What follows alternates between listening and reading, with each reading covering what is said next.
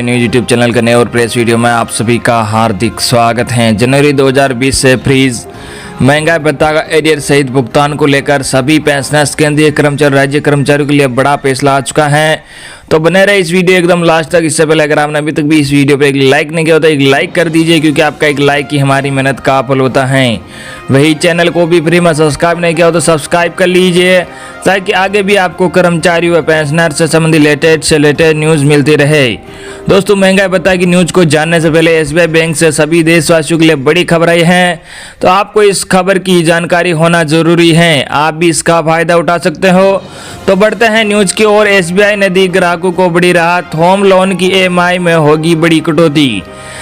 जी हां, देश का सबसे बड़ा बैंक भारतीय स्टेट बैंक ने ग्राहकों को बड़ा तोहफा दे सकता है। रिजर्व बैंक ने शुक्रवार को रेपो रेट में 0.40 की फीसदी कटौती की है।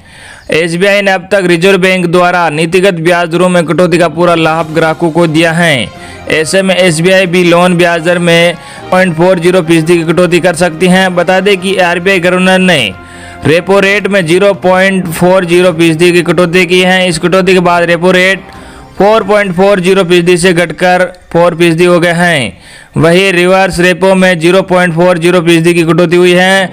अब रिवर्स रेपो रेट 3.35% पर आ गया है। रेपो रेट में कटौती के बाद लोन की ईएमआई का बोझ कम होगा। एसबीआई के चेयरमैन रजनीश कुमार ने कहा कि आरबीआई के कदम से इंडस्ट्री और बैंक को मदद मिलेगी। लोन मोरेटोरियम से कैश फ्लो बनाए रखने में मदद मिलेगी। आरबीआई के फैसले से इकोनॉमी में जान आएगी। इसके पहले एसबीआई ने 27 मार्च को रिजर्व बैंक आरबीआई द्वारा नीतिगत ब्याज दरों में कटौती का पूरा लाभ ग्राहकों को दिया था। एसबीआई ने एक्सटर्नल और रेपो लिंक्ड लेंडिंग रेट में भी 75 बेसिक पॉइंट की कटौती की थी। एसबीआई द्वारा एमसीएलआर में कटौती के बाद बैंक का एक साल का एमसीएलआर 7.75% से घटकर 7.40% पर आ गया था। अधिकांश रिटेल लोन के लिए एक वर्ष की अवधि के कर्ज पर दर को पैमाना माना जाता है। लॉकडाउन के बाद से यह तीसरी बार राहत का ऐलान है। लॉकडाउन के बाद से यह तीसरी बार है, जी हां, जब आरबीआई राहतों का ऐलान कर रहा है। सबसे पहले 27 मार्च को और उसके बाद 17 अप्रैल को आरबीआई ने कई तरह की राहतों का ऐलान किया था, जिसमें ईएमआई मोरेटोरियम जैसे बड़े ऐलान किए गए थे। मौद्रिक नीति समिति एमपीसी की अचानक हुई बैठक में वृद्धि को बढ़ावा देने के लिए रेपो दर में कटौती का निर्णय सर्वसम्मति से लिया गया है। अगली बड़ी खबर, एसबीआई सहित कई बैंक लोन ईएमआई पर और राहत देने को हुए राजी। जी हां, कोरोना वायरस के कारण देश में चल रहे लॉकडाउन का आर्थिक प्रभाव बहुत अधिक है। इसका असर एनबीएफसी, कारोबारियों, सरकार और अर्थव्यवस्था सभी पर पड़ रहा है। इसी के मद्देनजर आरबीआई ने बैंकों से लोगों को लोन ईएमआई चुकाने पर 3 महीने की मोहलत देने को कहा था, जिस पर बैंकों ने आरबीआई की बात मानते हुए छूट दे दी थी। हालांकि जानकारों और इंडस्ट्री एक्सपर्ट्स ने 3 महीनों के मोहलत को कम बताया था। अब एसबीआई सहित कई अन्य बैंक लोन पर और 3 महीने की मोहलत देने को राजी हो गए हैं। हालांकि इन बैंकों ने फैसला एक कदम नहीं लिया है, बल्कि शुरुआत में बैंक लोन चुकाने के लिए और मोहलत देने में हिचकिचा रहे थे। आइए जानते हैं कि बैंकों ने किन्हें यह राहत देने का फैसला किया है। एनबीएफसी और माइक्रो फाइनेंस कंपनियों को मिलेगी राहत। जी हां, एसबीआई सहित बैंक मुश्किल में चल रही हैं। एनबीएफसी गैर बैंकिंग फाइनेंस कंपनियों और माइक्रो फाइनेंस कंपनियों को लोन चुकाने में 3 अतिरिक्त महीनों की मोहलत देने को तैयार हुए हैं। इंडियन एक्सप्रेस की एक रिपोर्ट के मुताबिक देश का सबसे बड़ा बैंक एसबीआई और अन्य बैंक उन एनबीएफसी को लोन चुकाने के लिए समय की पेशकश करेंगे जिन्होंने उनसे कर्ज लिया है। जानकारी के लिए बता दें कि बैंकों ने पहले एक्स्ट्रा मोहलत देने से इनकार कर दिया था, जबकि एनबीएफसी ने अपने ग्राहकों को आरबीआई के निर्देश के मुताबिक लोन पर राहत दे दी थी। कितना है एनबीएफसी पर खर्च? आरबीआई के आंकड़ों के मुताबिक बैंकों का एनबीएफसी पर 31 मार्च तक 8 लाख करोड़ से अधिक का खर्च है। अब बैंक 1 मार्च से 31 मई के बीच जिन लोन की रिपेमेंट की डेट है उन्हें छूट दी जाएगी। एसबीआई कैश टू कैश आधार पर हर एनबीएफसी कंपनी के अलग अलग मामले के हिसाब से लोन पर राहत देने का विचार करने के लिए सहमत हो गए हैं। बाकी सभी बैंकों ने भी इस तरह राहत देने पर विचार करने में रुचि दिखाई है। अगली बड़ी खबर, केंद्रीय कर्मचारियों को मिलेगी बड़ी राहत। लॉकडाउन के चलते सरकार ने लिया महत्वपूर्ण निर्णय। जी हां, केंद्रीय कर्मचारियों के लिए एक राहत भरी खबर है। सरकार ने इनकी सुविधा के लिए लॉकडाउन में एक महत्वपूर्ण फैसला लिया है। इसके अनुसार अब कुछ कर्मचारी कार्यालय में उपस्थित होने के लिए छूट दे दी गई है। इस संबंध में केंद्रीय कार्मिक एवं प्रशिक्षण मंत्रालय ने आदेश जारी किया है। इसके अनुसार बीमार कर्मचारी, दिव्यांगजन एवं गर्भवती महिलाओं को कार्यालय में उपस्थित होना अनिवार्य नहीं है। आदेश में यह भी छूट दी गई है कि इन कर्मचारियों को कार्यालय में पहुंचने वाली कर्मचारी रोस्टर की सूची में शामिल न किया जाए। सरकार के इस फैसले से देश के लाखों कर्मचारियों को राहत मिलेगी।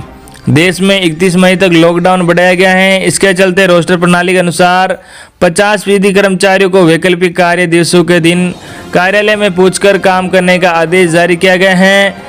लेकिन केंद्रीय कार्मिक एवं प्रशिक्षण मंत्रालय ने ताजा आदेश में अब बीमारी से जूझ रहे कर्मचारियों, दिव्यांगों एवं गर्भवती महिला कर्मचारियों को रोस्टर एवं ड्यूटी से राहत दे दी गई है। सरकार की तरफ से गत दिनों यह कहा गया था कि निकट भविष्य में कर्मचारियों को महीने में 15 दिन घर से काम करने यानी वर्क फ्रॉम होम का विकल्प भी प्रदान किया जा सकता है।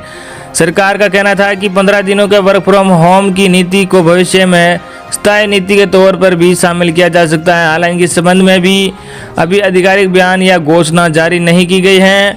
अब नई व्यवस्था में ये होगा, जी हाँ, मंत्रालय के ताज़ा आदेश के बाद अब वे कर्मचारी जिनका उपचार चल रहा है उन्हें इलाज संबंधी पर्चा दिखाना होगा। इसी प्रकार गर्भवती महिलाओं एवं दिव्यांग कर्मचारियों को भी कार्यालय पहुंचने संबंधी तैयार हुए रोस्टर में शामिल किए जाने का आदेश जारी हुआ है। देश में इन दिनों लॉकडाउन का चौथा चरण चल रहा है। ये 31 मई तक चलेगा। इसके चलते केंद्र सरकार ने 50% कर्मचारियों की उपस्थिति का निर्णय लिया है। इसके पहले जो व्यवस्था तय थी उसमें 33% कर्मचारियों की उपस्थिति को अनिवार्य माना गया था। अगली बड़ी खबर, मजदूर विरोधी नीतियों का विरोध, रेल कर्मचारियों ने की भूख हड़ताल। जी हाँ, केंद्र सरकार की मजदूर विरोधी नीतियों के विरोध में शुक्रवार को west central railway employees union के आह्वान पर पश्चिम बंगाल मध्य रेलवे के सभी स्टेशनों पर यूनियन की शाखाओं के नेतृत्व में कार्यकर्ताओं ने सोशल डिस्टेंसिंग की पालना करते हुए भूख हड़ताल पर बैठ गए हैं। यूनियन के मंडल अध्यक्ष लोकेंद्र मीणा ने बताया कि सवाई माधोपुर में भी यूनियन के पदाधिकारी कॉमरेड जनाबुद्दीन, रूमानाज, रमेश चंद्र, राजेंद्र प्रसाद, संजय शर्मा भूख हड़ताल पर बैठे हैं। मंडल अध्यक्ष लोकेंद्र मीणा, स्टेशन प्रबंधक शिवलाल मीणा ने इन्हें माला पहना के स्वागत करते हुए धरने पर बिठाया। यूनियन मंडल अध्यक्ष ने कहा कि कोरोना वायरस महामारी के दौरान केंद्र सरकार एवं राज्य सरकारों द्वारा श्रम कानूनों में रोक लगाई है, उसे हटाया जाए। केंद्रीय कर्मचारियों और सेवानिवृत्त कर्मचारियों को जनवरी 2020 से फ्रीज किया हुआ महंगाई भत्ता एरियर्स सहित भुगतान किया जाए। प्री मानसून कॉलोनियों के रख रखाव का कार्य शुरू किया जाए।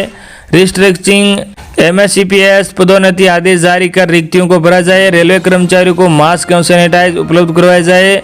सभी विभागों में सोशल डिस्टेंसिंग सुनिश्चित की जाए। कर्मचारियों को ट्रांसपोर्टेशन अलाउंस, लॉकडाउन या कर्फ्यू के समय मिलने वाले विशेष आकस्मिक अवकाश आदि की कोई कटौती नहीं की जाए। समस्त भत्तों का नियमित भुगतान किया जाए।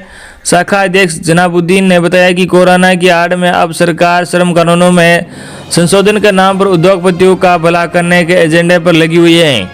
हम इसकी निंदा करते हैं। आने वाले समय में यदि सरकार ने अपनी नीतियों को नहीं बदला तो भारत का मजदूर बड़ा आंदोलन करने के विवश होगा।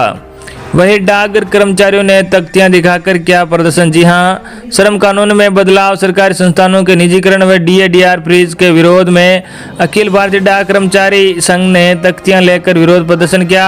केंद्र सरकार कर्मचारी व श्रमिक महासंघ के आह्वान पर शुक्रवार को प्रधान डाकघर के कर्मचारियों ने विरोध प्रदर्शन किया। यूनियन के मंडलीय मंत्री अंशुमान पाठक ने बताया कि श्रम कानूनों में बदलाव, सरकारी संस्थानों के निजीकरण एवं DA/DR फ्रीज के विरोध में प्रदर्शन किया गया है। प्रदर्शन के दौरान कोविड-19 के मद्देनजर जारी गाइडलाइंस का अनुपालन किया गया है। बड़ी खबर, पेंशनर पेंशन को लेकर रहे निश्चित।